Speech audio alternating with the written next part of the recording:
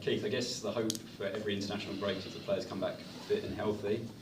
Could we start with Anthony Malambo and his sad news and how he is personally after his injury? Obviously very down, devastating for him. First and foremost, he's come to a new club, settled into a new country, a very young man that we have high hopes for. So to suffer an injury at that level is obviously really disappointing. I think the one thing he knows is he will get a lot of support here, time to heal obviously. He needs to go through that process naturally as a footballer. I think it's the worst part of being a footballer, not being able to do what you do and love on a day-to-day basis, seeing your mates go out and train and you're stuck inside. So Anthony's got a long road back to getting him back on the pitch, but he will get so much support from everybody, staff and players. And I think there's a really good template for him of Thiago from last season, of how well he integrated into the club, even though he was injured for much of last season. And Aaron Hickey obviously came back early from Scotland duty. How's he looking? Yeah, Aaron's been on the grass today. Picked up a knock obviously in that game, came back, missed the second Scottish game, but Aaron was back on the grass today. Good news there then. During that international break, have you had a chance to sort of look back on the start of the season? What have you made from it? And also as a young manager, sort of how have you found those first Premier League games? Is it what you expected? I think there's been so much made of the changes at the football club, and naturally you want to just plug things together, and we're forming a team essentially. So there's going to be aspects of that where we naturally always want to look at and improve. Equally, I think it's good to stand back, have discussions when you haven't got a game right around the corner with staff, with players that are still in the building, and just reflect on the good work that's been done and the transitional period and nature of it, and what we've been trying to put in place. I think overall, we can be relatively happy with what we've produced, with a caveat of always looking to improve on a daily basis.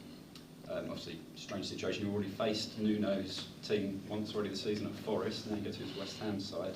What do you expect from them and the changes that he might have made to that team over the period that he's been in charge?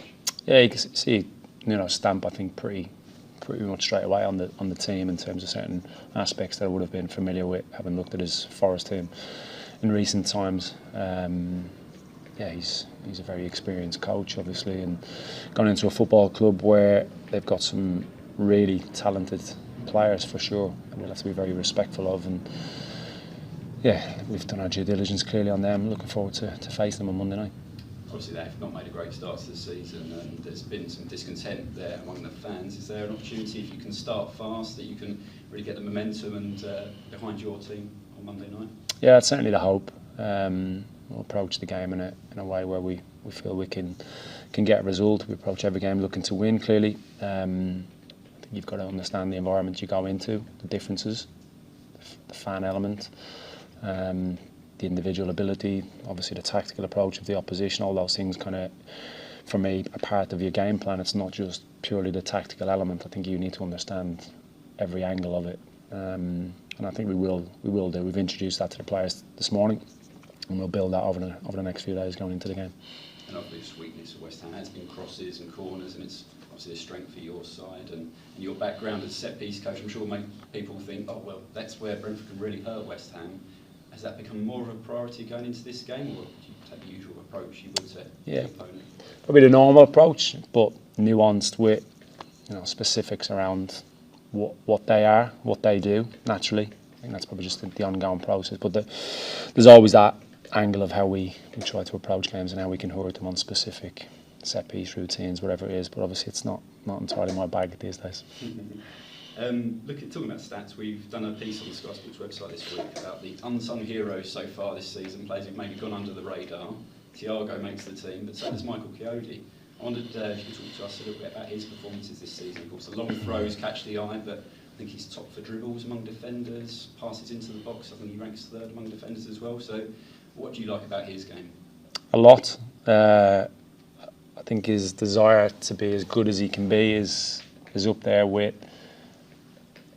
the best I've come across on a daily basis. A joy to be around, his personality.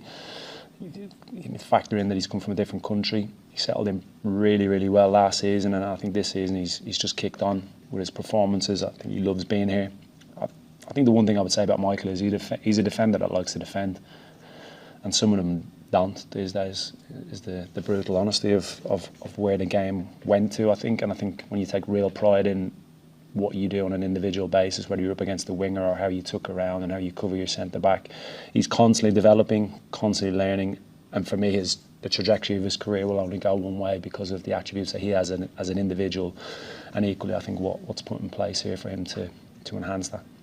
Right, just finally, connection with the West Ham game at the moment. Mikel Antonio's been here training previously. I'm not sure if he's still training anymore, but how was he looking? Obviously eager to get another contract as a free agent at the moment. Yeah, Mikel was in training for a week, 10 days. Picked up just a little knock, so he's just been in and out really. Okay, right, thank you. Hi, Hey. just one question on Coyote actually, because at the end, midway towards the end of last season, your predecessor was asked about how he thought he was getting on. I just wonder, at what point did the club, or did you already know that he was going to stay at that point, or did you feel that you wanted him to stay at that point? Yeah, that wouldn't have been part of my role at the time, and I wasn't in that decision-making area. I know it was alone with a view and they had to make the decision. So I'm not entirely sure, to be honest, when that decision was made, but I'm glad it was made. Yeah, absolutely.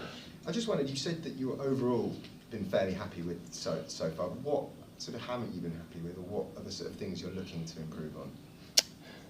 I think there's lots, I suppose. Every facet of the game I think we can improve in, if we're being really, really honest with ourselves. How connected we are as a team when we're without the ball, when we press, how we press, communication within that. I think a lot of it is relationships.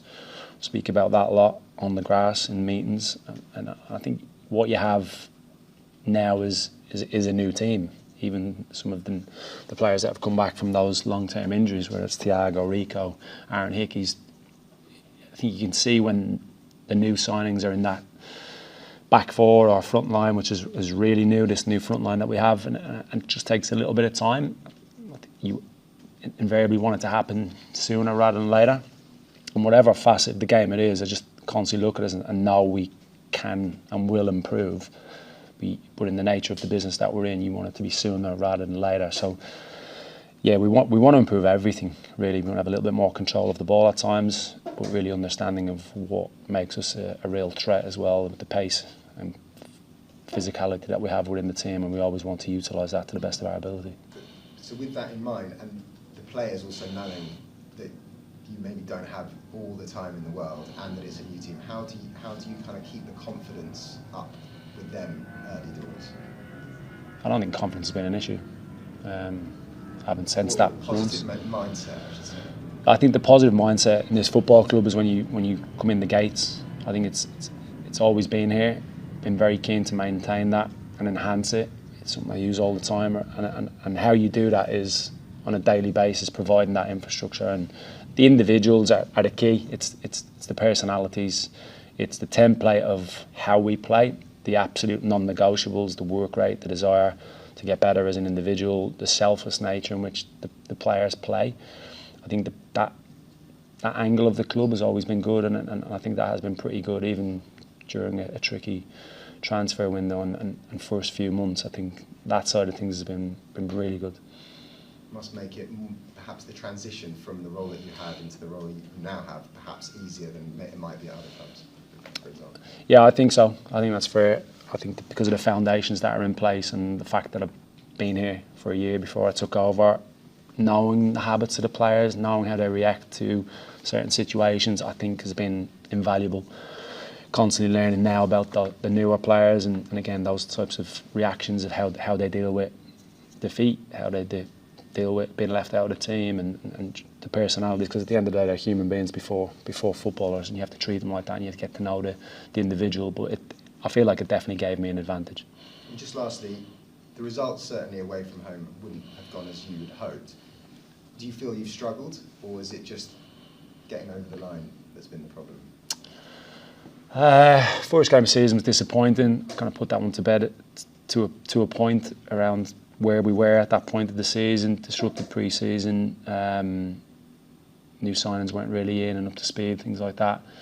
in the Sunderland game, the nature of how when we conceded, the timings of those goals, and again maybe the management of the game was a little bit. And I thought in large spells against Fulham, we were probably disappointed. We were disappointed with our performance levels, and you got to look at yourself for us. So there's different reasons, I think, for them. But equally, we're very aware of them and what we need to do to put them right. Best of luck. Cheers. Thank you. Thank you. So we're still under immediate embargo as it stands. Anyone like to go next? John? Thank you. Hey, John. Back to Malambo quickly. Lewis Potter, Damsgaard, and Thiago all had injuries at the start of their Brentford careers, wondering, and they've all gone on to become really crucial players. Wondering, is there a sense that Malambo can kind of come back stronger as a player as a result? Yeah, I think so. That's certainly the plan, physically. How we can build him now over the coming months, and from a maturity point of view, in terms of really settling him into the club, the culture, the country. I think we've really developed the individual away from the pitch as well. He's a really bright young man, and I think already a couple of conversations I've had with him this week since he's come back, we've tried to pan out that path, I suppose, and look to develop that for him. But yeah, that will certainly be the plan, yeah. I was at the Under-21s game on Tuesday. It was a great win for the B team.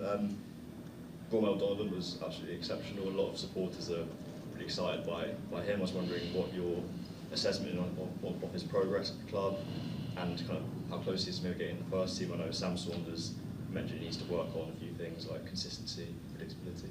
Yeah, I think that's only natural with younger players, isn't it? That consistency element. Ramel's done well.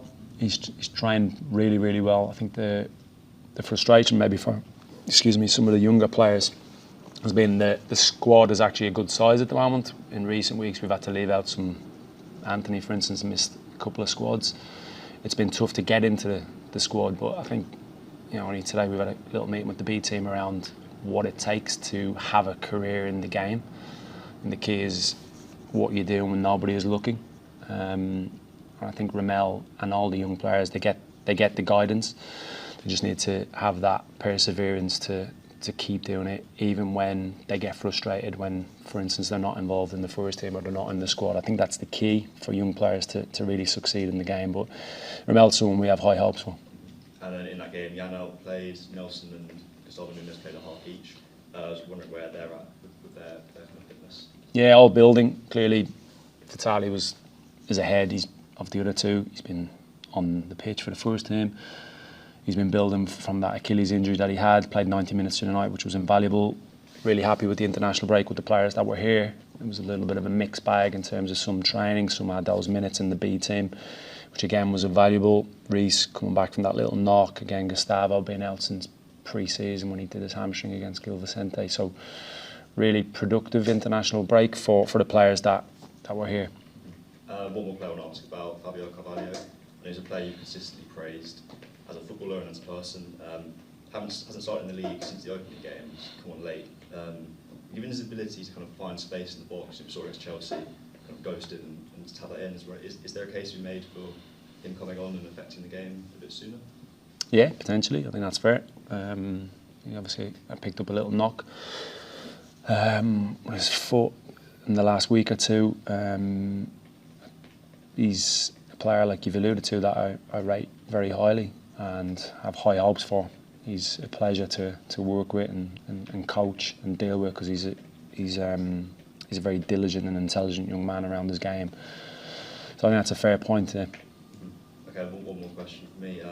Just looking at your attack line more holistically, is obviously going to be a big adaptation with Burma and Besser, of course, departing. What's your assessment of the front line been so far, and how much have you had to kind of adapt tactically from last season? Yeah, a little bit. That's fair to say. We've obviously tweaked system, formation. I think within that, some of the attacking players have had to be pretty unselfish about their games, dropping in and tracking fullbacks as an example. So really putting the team before their individual performance, which is a prevalent part of what we do here. But I think you've seen glimpses, I suppose that's where I'm alluding to, around the connections of the teams, the relationships with the teams. I think what we have is really, really talented players at the top end of the pitch with certain qualities that defenders don't like defending. So I think the longer that they are together and build those relationships, the better they will be. I think they've shown again in glimpses how devastating they can be. Thank you, best of luck. Cheers.